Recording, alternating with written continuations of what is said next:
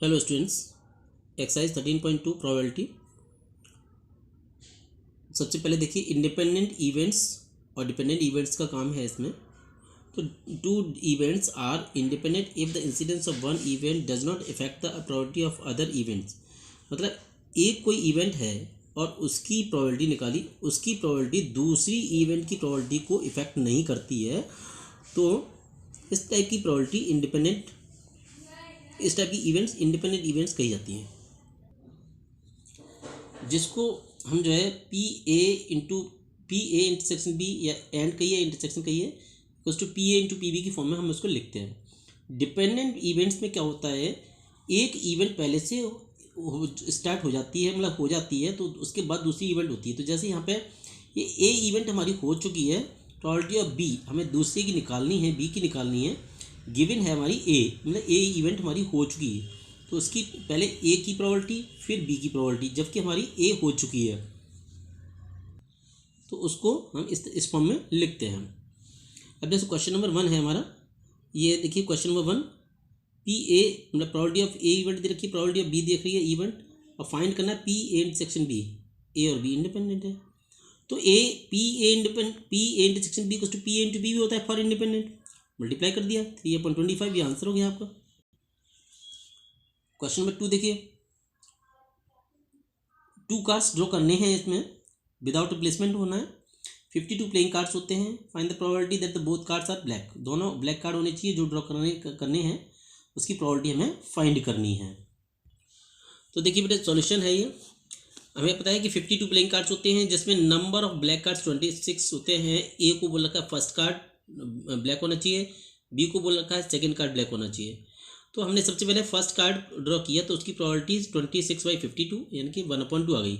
लेकिन हमें पता है कि इसमें रिप्लेसमेंट है नहीं है, लिखा हुआ है विदाउट रिप्लेसमेंट, तो इसका मतलब उस पत्ते को हमें उसके अंदर दोबारा से इंक्लूड नहीं करना है, नहीं रखना है, तो इसका मतलब पत्ते कम हो जाएंगे। तो total number of black cards हो जाएंगे 25, क्योंकि पहले 26 थे, एक कम हो गया, और टोटल में से भी कम हो जाएंगे, पहले 52 थे 51 रह गए। अब कंडीशनल प्रोबेबिलिटी ऑफ बी, क्योंकि ए हमारी पहले इवेंट हो चुकी है, एक पत्ते को हम जो निकाल चुके हैं एक कार्ड को, तो ए हैज़ ऑलरेडी अकर्ड, तो पी बी बाई ए लिखना होगा इसको। तो इसका मतलब 25/51 सेकेंड ब्लैक कार्ड हो गया। तो इस तरह से हम जो देखें P A intersection B, probability that both the cards are black, दोनों के ब्लैक होने की प्रोबेबिलिटी आ गई। P A intersection B equals to P A into P B by A equals to P A की probability 1/2, P B by A की 25/51, तो multiply करके हमारा ये आंसर 25/102 आ गया। अब देखिए next question number 4, a pair of coin a fair coin and unwaged die are tossed, और एक रखा A be the event had appear on the coin and b be the event 3 on the die, check whether a and b are independent। हमें ए और B को check करना है कि independent है। तो सैंपल स्पेस हमने बना लिया। पहले अगर मान लीजिए इस कॉइन का हेड आया हुआ, फिर हमें डाई करना है, तो हेड के साथ में 1 2 3 4 5 6 पूरे 6, अगर टेल आया हो कॉइन का तो टी से T1 T2 T3 T4 T5 T6 पूरे 6 हो जाएंगे इसके साथ। तो 12 इवेंट्स हमारे 12 पॉइंट्स हो गए हमारे पास में। ए को हमने क्या रखा है, head appear on the coin, तो हेड के साथ में ये आई है 6 पॉइंट्स। तो इस 6 पॉइंट्स की प्रोबेबिलिटी पी ए की क्या हो जाएगी 6/12, मतलब 12 पूरे टोटल ये हैं, 6 ये है, तो ये 6 पी ए की हो जाएगी 6/12 मतलब 1/2।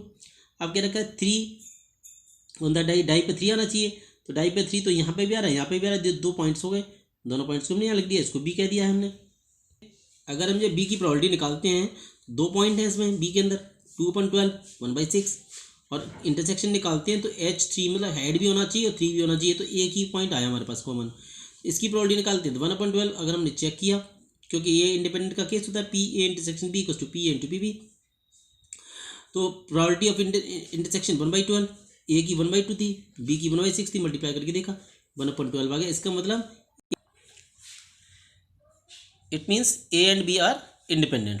Question number 7, given that events a and b are such that p a equals to 1/2, p a intersection b equals to 3/5, तो p भी दे रखा है, मतलब b की प्रोबेबिलिटी दे रखी है, p फाइंड p करना है हमें। तो कह रखा है म्यूचुअली एक्सक्लूसिव एंड इंडिपेंडेंट, दो केस हैं। म्यूचुअली एक्सक्लूसिव के अंदर बेटा ये कोई भी कॉमन नहीं होता है, तो इसका मतलब इंटरसेक्शन हमारा इसका 5 हो जाएगा, तो इसकी प्रोबेबिलिटी 0 हो जाएगी इस तरह से। लेकिन हमारे पास ये फॉर्मूला होता है, अभी एडिशन में बताया था आपको, तो एन के P A union B equals to P A plus B B minus P A intersection B. लेकिन हमें पता है इसकी प्रोबेबिलिटी क्या है, 0, क्योंकि ये म्यूचुअली एक्सक्लूसिव है। 0 लगा दी। पी इसकी 3/5 है, ये 3/5 दे रखी है, और ये 1/2 पी ए की दे रखी है 1/2, पी बी पी माना हुआ है और इसको 0 माना हुआ है, 0 हो जाएगा ये। तो इस तरह से ये 3/5 1/2 प्लस पी माइनस 0, और सॉल्व करके देखा तो पी की वैल्यू 1/10 हमारी। अब इंडिपेंडेंट का केस देखते हैं। When A and B are independent, P A intersection B equals to P A into P B होता है। पी ए इंटरसेक्शन बी का फॉर्मूला होता है P A plus P B minus P A union B equals to ये P A into P B ये 1/2 हो गया, P B and P हो गया, इसकी वैल्यू आई, और पी ए की 1.2, पी बी की पी थी, और ए यूनियन बी की 3/5 थी, हाफ ये है ये। तो हमने p माइनस हाफ इधर ले आए, 3/5 1.2 को हम राइट साइड में ले गए, सॉल्व करके देखा, 2 से इसको काट दिया, तो p equals to 1/5। Question number 9, if a and b are two events such that p a equals to 1/4, p b equals to 1/2, p a intersection b equals to 1/8, then find p not a and not b। तो p not a not b, आपको starting में मैंने symbols बता दिए थे। p not a not b का मतलब a dash and intersection B dash not B का डैश हो गया। इसको डी मॉर्गन्स लॉ से बेटा हम ये कह सकते हैं A dash intersection B dash equals to A union B का होल डैश। तो इसको हम जो है पी ए होल डैश को 1 माइनस के पी ए यूनियन बी कह सकते हैं, क्योंकि P A plus P dash equals to 1 होता है, इसलिए इसको 1 माइनस कर सकते हैं। अब P A union B equals to formula होता है P A plus P B minus P A intersection B. हमने इसकी पी ए की वैल्यू लगा दी, पी बी की लगा दी, पी ए इंटरसेक्शन बी की 1/8 लगा दी, सॉल्व करके देखा 5/8 आया। तो ये हमने यहाँ से देखा 8 बन जाए 8 में से 5 माइनस किया 3/8, हमारा आंसर हो गया। Question number 11, given two independent events A and B such that P A equals to 0.3 P B equals to 0.6, और हमें फाइंड करना है, ये 4 पॉइंट्स फाइंड करने हैं हमें। पहला point P A and B मतलब इंटरसेक्शन, और बी यूनियन, एंड इंटरसेक्शन होता है, ए नाइदर नॉर लिखा हुआ नाइदर ए नॉर बी। तो देखिए यहाँ पे इन चारों केस को हम कैसे सॉल्व करेंगे। पी ए एंड बी मतलब पी ए इंटरसेक्शन बी, जिसको इंडिपेंडेंट है, क्योंकि मैं पहले से ही कह रखा है इंडिपेंडेंट है ये, तो P A into P B इसको कह सकते हैं। पी ए मतलब 0.3, पी बी मतलब 0.6, मल्टीप्लाई किया 0.18। अब P A and not be कह रखा है, तो P A and not be आपको स्टार्टिंग में ही मैंने ये कंडीशंस बताई थी। पी इसको हम कह सकते हैं P A intersection B dash, मतलब नॉट बी है, नॉट बी का मतलब इस पर डैश लग जाएगा, और इसको हम कह सकते हैं P A minus P A intersection B. P A मतलब 0.3, 0 लगा सकते हैं इसके पीछे, इंटरसेक्शन रखा 0.18, तो इस तरह से हमारा ये आ गया 0.12 माइनस करके। सेकंड में क्या रखा है, थर्ड में और का मतलब होता है यूनियन, तो पी ए यूनियन बी मतलब P A plus P B minus P A intersection B. इसके हमारे पास फॉर्मूला है ये 0.3, 0.6 और ये माइनस 0.18, ये 6 और 3 9 हो जाएगा, 90 हो जाएगा, 0.90, और ये 0.18 माइनस कर दी 0.72, हमारी प्रोबेबिलिटी आ गई। अब नाइदर नॉर क्या रखा है, neither A nor B, neither A nor B क्या रखा है, तो ये हमने देखा P A dash intersection B dash है, डी मॉर्गन्स लॉ से इसको हम P A union B whole dash कर सकते हैं, होल डैश हो गया। इसको 1 minus P A union B, ये हमने स्टार्टिंग में 11th में ही सीखा था, और वैसे भी और से पहले भी पढ़ चुके हैं। P A plus P not A equals to 1 होता है, तो पी नॉट ए है हमारे पास, तो 1 माइनस पी ए हो जाता है जैसे, तो इसी तरह से ये हो गया। तो 0 पॉइंट इसकी देखिए 72, इसमें से माइनस कर दिए 0.28, हमारा आंसर हो गया, प्रोबेबिलिटी हो गई इसकी जो। अब question number 12, a die is tossed thrice, find the probability of getting an odd number at least once. तो when a die is thrown thrice मतलब 3 टाइम्स, तो ओ को हम कह रहे हैं मान लीजिए ऑड, और ई को कह रहे हैं इवन।